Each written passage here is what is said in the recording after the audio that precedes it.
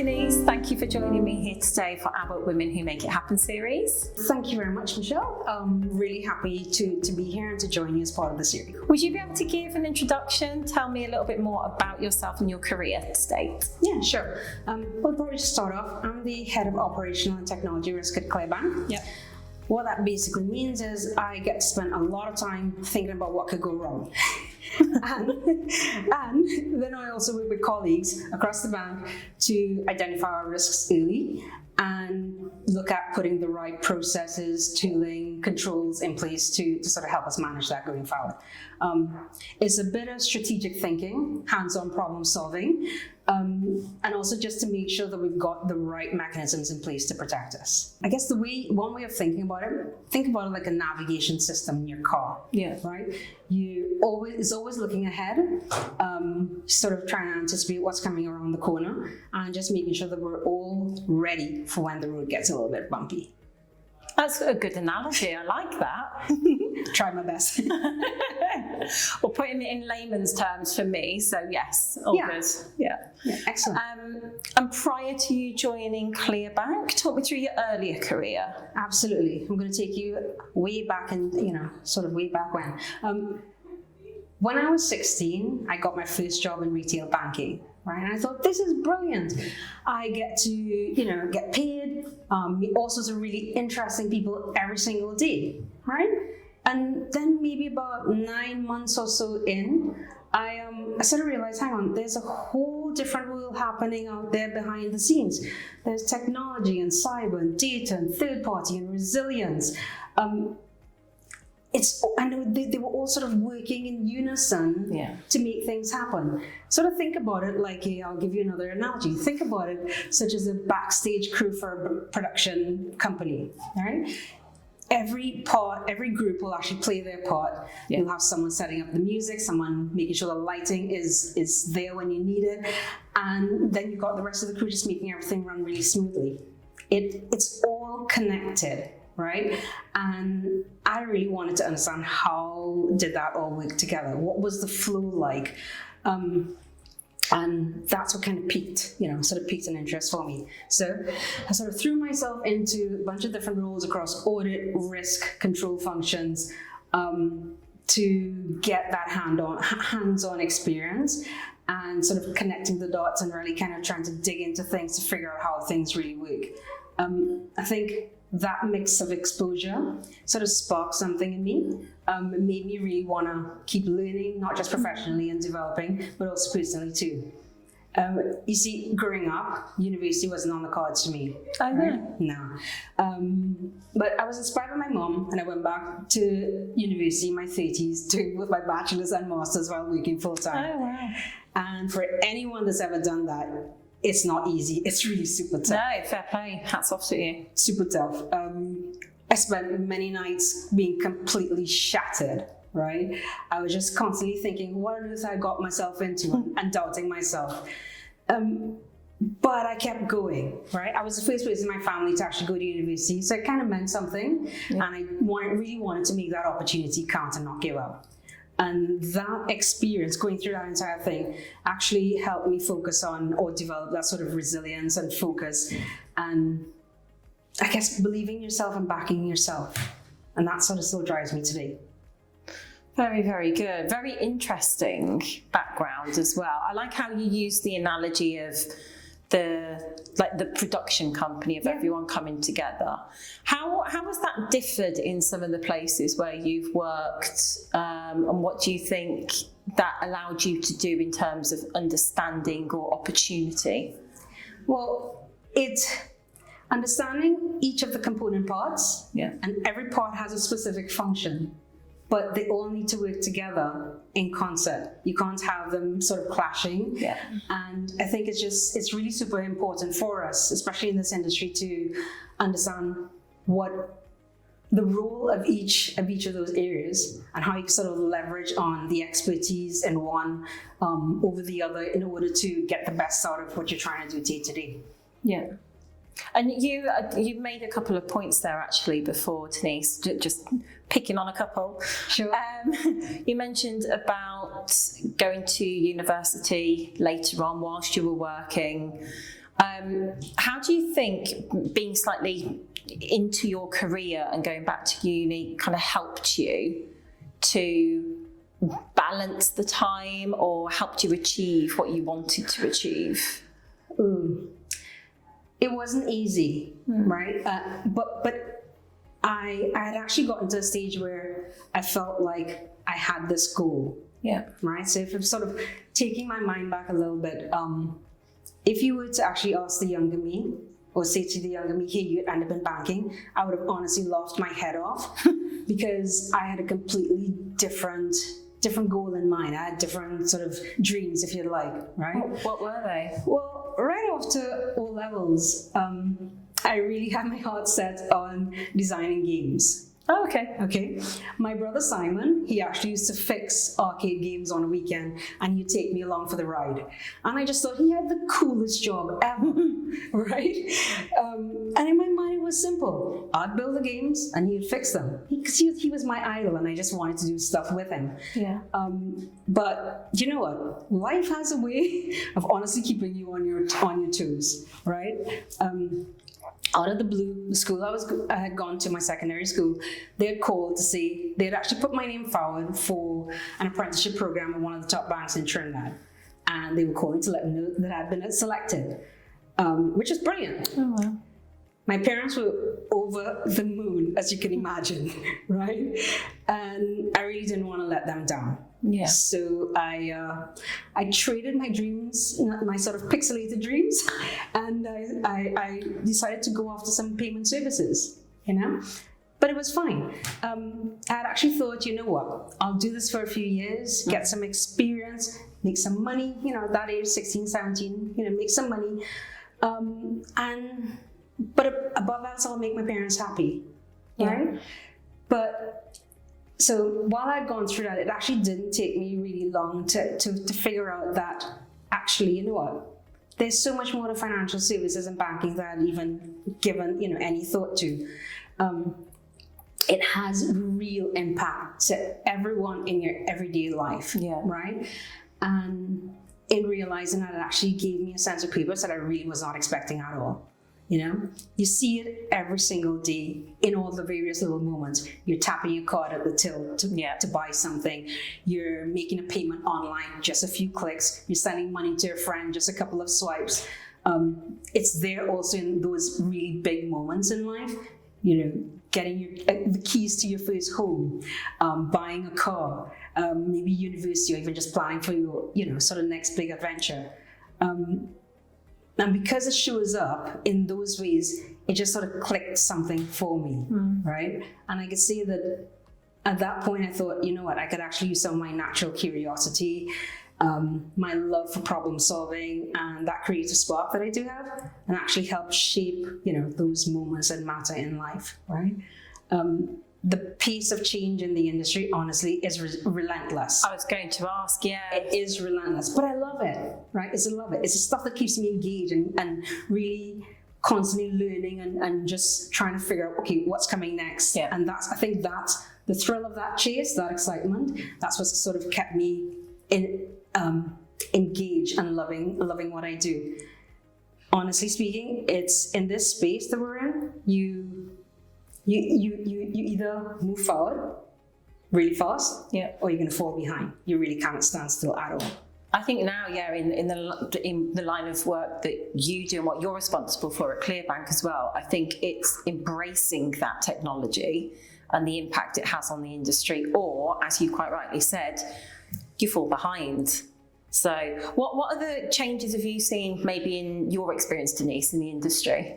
Well, to be fair, change has always been there for financial services. It's evolving all the time. But exactly. But I think more recently, though, the change is faster, it's more complex, and it's sort of coming at you from all sides, right? I guess it's also not just the speed, it's also the multiple layers and complexity that exist. You'd have technology, regulation, customer expectations, you'd have the geopolitical aspect of things, and they're all shifting and they're converging and they're feeding off of each other and helping shape the industry that we're in right now. If you sort of think about it, 15 years ago, mobile banking was just taking off. Yeah. 10 years ago, fintechs were scaling. 5 years, it was all about embedded finance and open banking. Now, AI, quantum computing, tokenization, it's all happening really super fast, right? And I think one of those big shifts and exciting shifts to me has been the rise of embedded banking. That's something we're really super proud of at ClearBank. You probably already know that we're a business-to-business bank.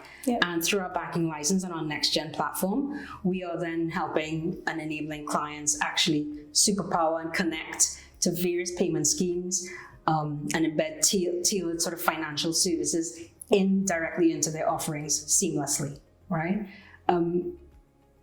We actually provide that infrastructure, the sort of power, real-time payments and help modern banking services scale really fast. And for the end customer, it just works. It's seamless, it's intuitive, it's everyday. They don't even know any of that is happening behind the scenes. And that's the magic of it, right? Just quiet innovation, just helping everyone and keeping everything moving very smoothly and sort of safely. It's also not about the technology though, right? I've actually seen where the industry mindset is shifting to. There's a lot more focus on agility. Resilience has actually gone from a nice to have to non-negotiable. Yeah, I agree. Right?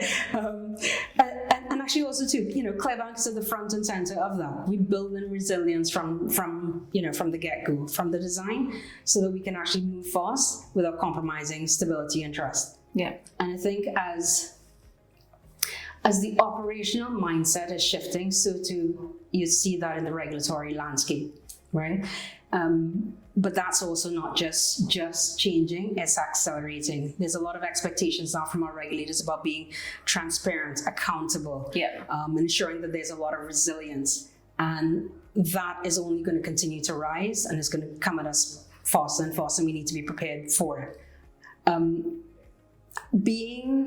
I think what we need to also look at and do is ensure that we can be prepared and be ready for those sort of shifts, especially some of the, some of those seismic trends right now, such as I mentioned AI and quantum computing. Yeah. It's ensuring that we aren't just accepting it and sort of facing into it, but that we are able to be resilient.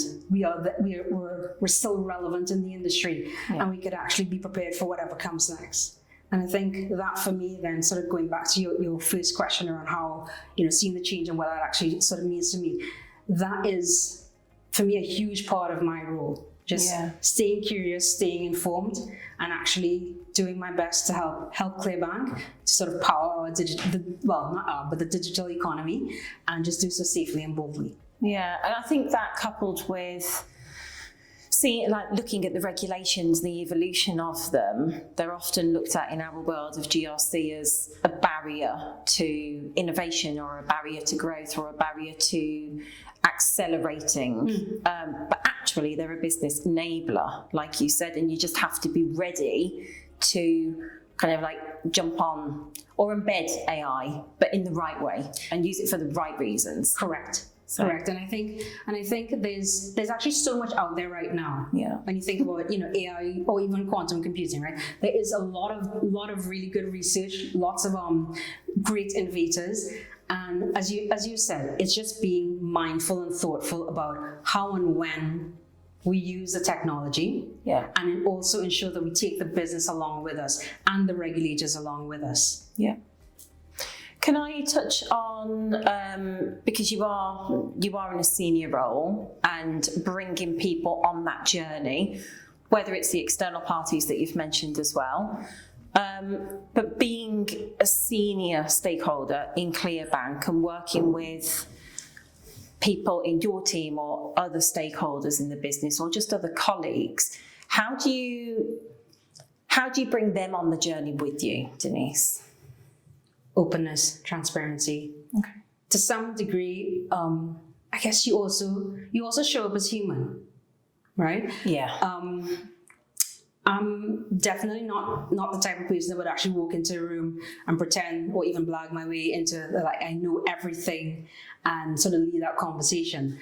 And one of those, I don't know if you've ever come across the sort of quiet leader. You've ever heard that term? Yes. Or there was also, I remember reading, I think it was Nelson Mandela or Barack Obama. They talk about leading from behind, right? And there is great meaning in doing things like that. Yeah. And you don't necessarily have to be in the spotlight. You don't have to constantly be in front. Sometimes it's great to, you lead from behind, or you can be that quiet leader, and you can help empower, help encourage, support, open doors, create those opportunities for those around you, and just help really generate that conversation so that you can have that sort of richness playing out. Yeah. No, I fully understand and I agree with a lot of those points. I don't think it's always about being the loudest person in the room or having all the ideas. It's about working. You mentioned collaborating earlier as maybe one of the key success factors to where you are today, and how your leadership style and how you bring people on around you. I think if I sort of think about, thinking about those around me, bringing them along the journey, or even how I would say build teams and bring those people around, it's really just looking to ensure that we have the right mix. Yeah. Right? Because that's absolutely super important. We want to have the right people around that would sort of spark the ideas, sort of challenge the thinking, and that would help you sort of drive those real changes that you're looking for. That's why when you sort of think about, when we think about building teams and we think about diversity and that sort of but it's not looking at just the skills that someone may bring or the technical skills they bring to the table, but it's just looking at that diversity and getting that rich perspective. Yeah. You're looking at people with different backgrounds, diverse lived experiences, and even just the way that they think as a whole. I mean, when I'm actually recruiting and I'm looking to fill roles, I actually look for people who, have no problem coloring outside the lines sometimes, right? Who can connect the dots, who are able actually to connect with the business and with our clients really well and understand really what the clients are looking for. Mm-hmm. Because that sort of different representation matters, and it's not around gender, it's just that whole diversity. It's being able to almost show and bring, or maybe even reflect that full, lovely spectrum of a society that we've got, right? And just getting all those different perspectives in. What I've actually certainly found is when you have those different voices in the room, you've got everyone brings something slightly different to the party. The conversation is a bit more sharper, right? You get stronger decisions, and sometimes the innovation that we want to create, it may actually be bolder because you're willing to take that chance, or you see things differently.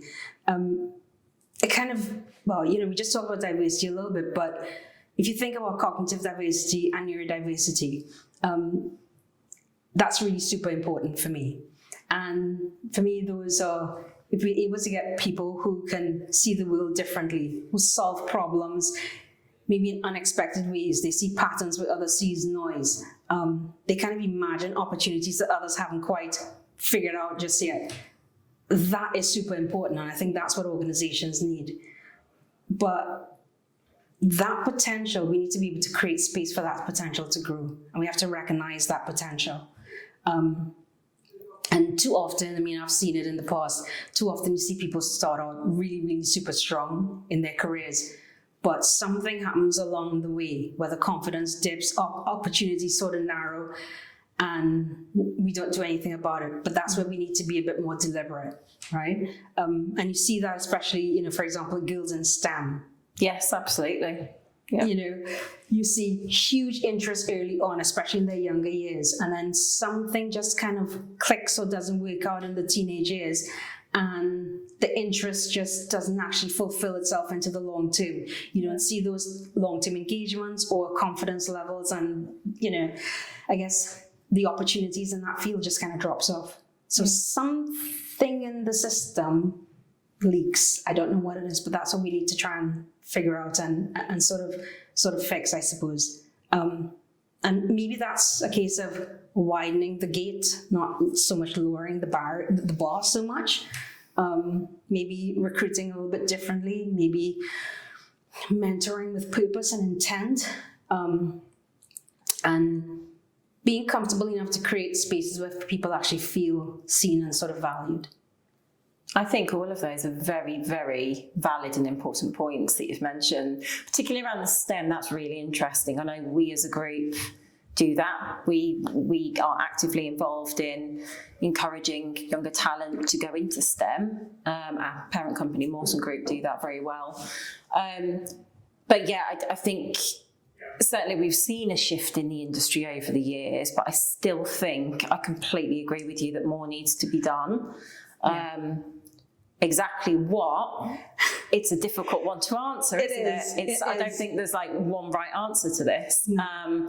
But we see it in our line of work from a don't be so tunnel visioned, as in you've got a particular role and this is the background that you think only a successful person will come from. It's more, where's the potential? Where's the diversity of thought? Where's the value add? Exactly. And they're all things that you can't glean from a written job description sometimes. You've got to see the individual. So it's a really interesting point you make, Denise. That's actually, I'll just touch on something you just said. You talked about the potential. And that is something that quite often when I'm in an interview and recruiting individuals or potential candidates for roles, I always look at, because, as you said, sometimes what shows up on a CV or maybe even how they show up in an interview, sometimes folks don't have great days and that's all just part of human nature.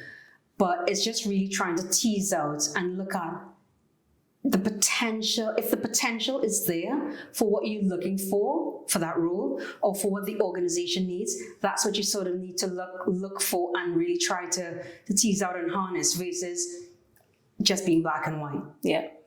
And I think it's having that, we look at this all the time, but the unconscious and conscious bias where you've mentioned, particularly for you when you are recruiting into your team, it's being kind of mindful of what does the team look like? Yes. Do I have the right mix? Is this collaborative? Is this going to work to give us the results that we want? Absolutely. And sometimes it's just that objective and take a step back and reevaluate that might help. Absolutely. And I mean, I think we'll miss an opportunity if we build teams that all look the same. Yes. Yeah. And sometimes just recognizing that and being brave to give someone a chance, try something different. Yeah. There is another point you mentioned actually that I just want to pick up on as well. You mentioned mentoring. So has there been a particular mentor for you in your career to date, or somebody that's helped shape it for where you are? I've had lots of different mentors, men, women, all throughout my career. They are just probably a couple that have stood out for me. Yes, the first and the most strongest one is my mom, actually. Yeah. She's it is very important, and it always just sort of touches me a little bit. She's a really smart and determined person, and she always found a way, no matter what. Even if the odds are against it, she just always figured things through, and she plowed through. Right, she was a soldier like that. She grew up in the Caribbean in the 40s, and at that time, opportunities for girls were really limited. She left school and in order to help look after her younger brothers and sisters. And it actually wasn't until I started secondary school many years later that she went back to finish her education. And watching mom do that really taught me a lot. It taught me a lot about self-belief, about personal resilience, and the power of second chances. Yeah. Right. And that sort of stayed with me ever since. Over the years also too, I've been fortunate to have two really strong, powerful female mentors. They're absolutely incredible women that I've worked with. And like my mom, they saw something in me, I think, way before I saw it in myself. They they didn't just open doors, they held it open for me. They created a space for me to actually find my own voice. They challenged me when I played it small, right? And they also backed me, when I took some bold steps. And I think that's really showed me how to, sort of lead with courage and I guess with integrity. Yeah. They sound very incredible women and mentors generally. So obviously they've helped you throughout your career. If you were to give any piece of advice, I know you've given a few bits here and there today with me, Denise, but if you could give some words of wisdom to younger talent coming through, younger females perhaps, what would that be? I think what I would say to them is, there's real opportunity in this industry, right? And I think the industry actually needs, young talent, people who think very differently coming up. I would say to them that, success isn't a straight line. Yeah. It's super messy, it's human, it's built through, through showing up. Even when you don't know where to start or if you're even ready for it. I would tell them trust their strengths, believe in themselves, stay curious, keep going through, even when sometimes, you think, oh my gosh, I've had enough. I'd say to them that, their voice and their way of leading and thinking absolutely matters. And to remember that success doesn't actually mean that you have to fit in. Mm-hmm. Success is about showing up as you, and making the difference that only you can make and leading the way, you can lead. That's what I'd say to them.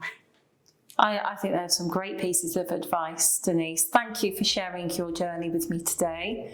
I really appreciate your time. No, thank you very much, and thanks so much for having me. And honestly, if today has actually maybe sparked something in someone, I'll count that as Come and speak to Denise. Come and speak to me. Thanks very much. Thank you.